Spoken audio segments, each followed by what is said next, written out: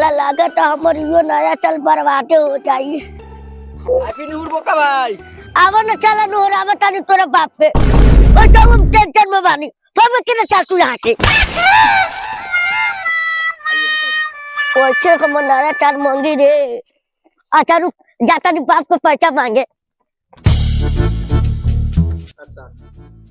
बेटा बारा सेवा करा तारा कोनो बात उत बा का कहे का मतलब रहा पापा की आई नया चालवा। हां तो हमरो मालूम बा कुछ रुपया दे देती।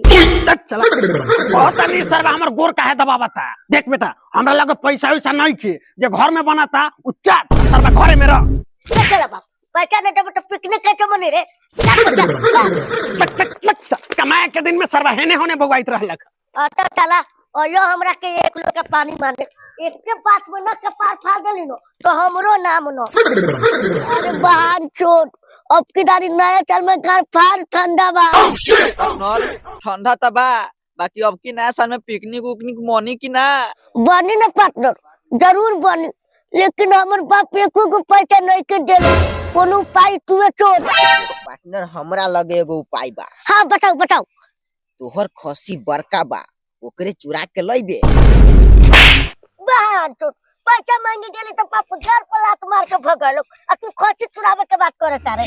पार्टनर हमरा लगे 20 रुपया बा उतना से काम चल ली। ए रोक तो अपन 20 रुपया तो अपने घर में तो तू रुपया में तो बताओ। पार्टनर मोहना के खोसी बड़ी पोलायल बा ओकरे चुरावे के कोई उपाय लगाओ। ए लाल मोहना के खसी के चुराओ ओकरा खसी के त गांठ झरता। अच्छा रे गांठ झरे वाला खसी बनावे रे पार्टनर हमरा लोग के एगो माछ खाए के उपाय बा। कौन उपाय पार्टनर? जूझ खाए के पड़ी। अरे अरे साला पार्टनर हमरा लगे एगो उपाय बा चल के सजाए खसी चुरावल जाए। हां चल चल चल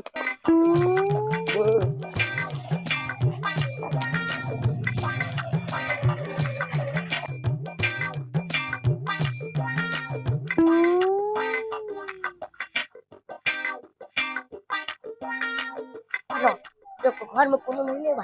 अच्छा बाहर से तो लगा तो पार्टनर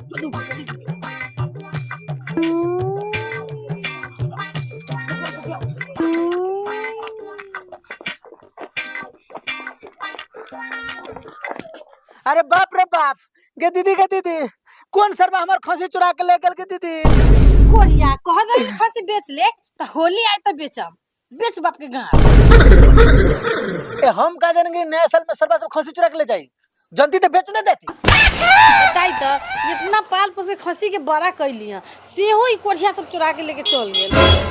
अरे बाप रे बाप कैसे अब खसी मिली। का बाबू का बोलवा बड़ा टेंशन में लगा तारा। चुप साला टेंशन में न रहे इतना पोस पाल के खसी के जबान कइलियो सेहो साला चुरा के लेके चल गेल। खसी चुरा ले जमा तारी ना पहले कौन ले रहनी से नया साल में खसी के बाहर ना निकाल अब चुरा ले लक ना। ए कह दे तानी दुनु बाप बेटा खसी खोज केला त दुनु के खाना बन। चल बेटा खसी खोज के लाई तो खानो न मिली। चल पार्टनर नया साल में खसी चुरा के खाए के मजे कुछ और बा। पार्टनर हम खाएम खसी के आर तू खइए तो अपना नानी के गार। साला मेहनत से चुराइनी हम आर खइए हमर लार खाना। रे पार्टनर हमरा कुछ ना चाहिए हमरा खाली दुगो लेग पीस दे दियो वही में हम काम चला ले। हां पार्टनर ई मंगला सो ईमानदारी वाला पीस आ हमरा के दे दिया गाड़ी वाला पीस। मार साला के ई खयन खसी के गार खाओ हमनी के ना चाही। रे पार्टनर कहीं खसी वाला चल आई तो हमनी के नया साल मनते रह जाए। ए साला पता चली तब न लुका के न लाइल बानी कोनो न देख लो मजा आ जाए खाए में। चल अरे चल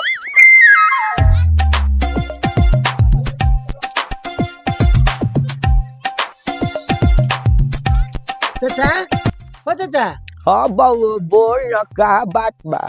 कहे के हे रहलक चाचा कोनो सरवा हमर खसी चुरा के ले गेलक देखला।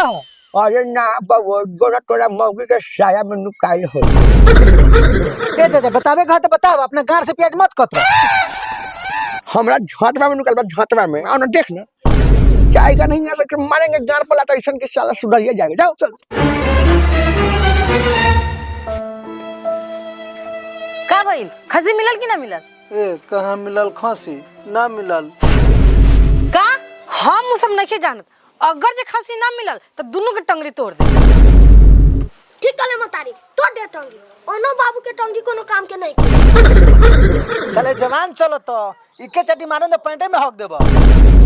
ए सुनी ना, एक के झाड़ू मारम सटाक से तो सीधा हक दम फटाक से। ए खसी खोजते खोजते भूख लागल बा, तनी खाना होके दे द। खाना जब तक खसी ना मिली तब तक खाना ना मिली। जो खसी खोज के लाओ। चल चल बेटा चल।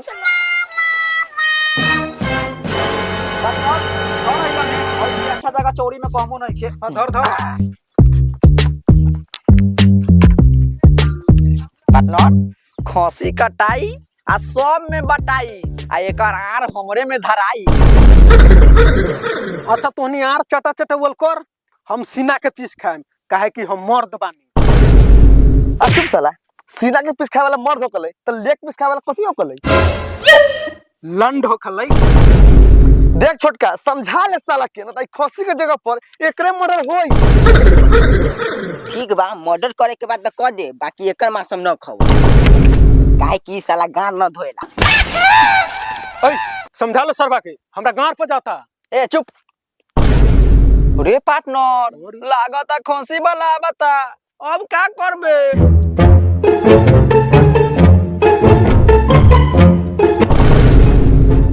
चाचा जरना लेके आइल बारा, एकर मतलब ई न समझियो कि हमरो 2-4 पीस मिल ली काहे कि हमरा लगे गैस बा। ई रहल गैस। अच्छा बहन चोद सब हमरे खसी चुरा के लाल बारे, हमरे धमकावता रे। ए चाचा पागल बाड़ा का? ई खसी तहार बा, हमरा घरे से न लईनी ह। पप्पा हो इस सरवा सोन पागल बनावा था, पहले खसी चेक करो। ठीक बा बेटा।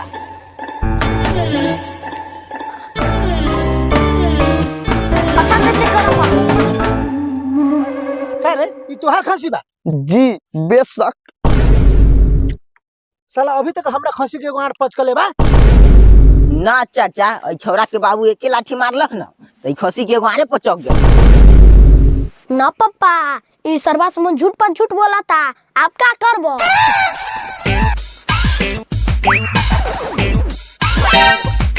देख तो सब अभी तक हमरा खसी के गाड़ झरते बा।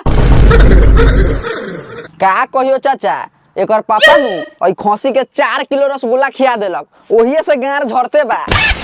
साला दिने में चोरी, ऊपर से सीना चोरी और ऊपर से बीक पा देता रे। चल साला, साला मारम चारे लाठी तो सब निकल जाई गाड़ में है खसिया पाठी। एस्तो नाना चाचा सर हो, सबे मेल बांट के खाल जाई आ खसी फिर से बनायल जाई। ए हमर जुजिया बनाल जाई, तेरा बाप के खसी बा। चल बेटा चल। तो सुन ना, अब चाचा खसी लेके तो चलिए गलो, अब खो चाचा के जुजिया के भुजिया।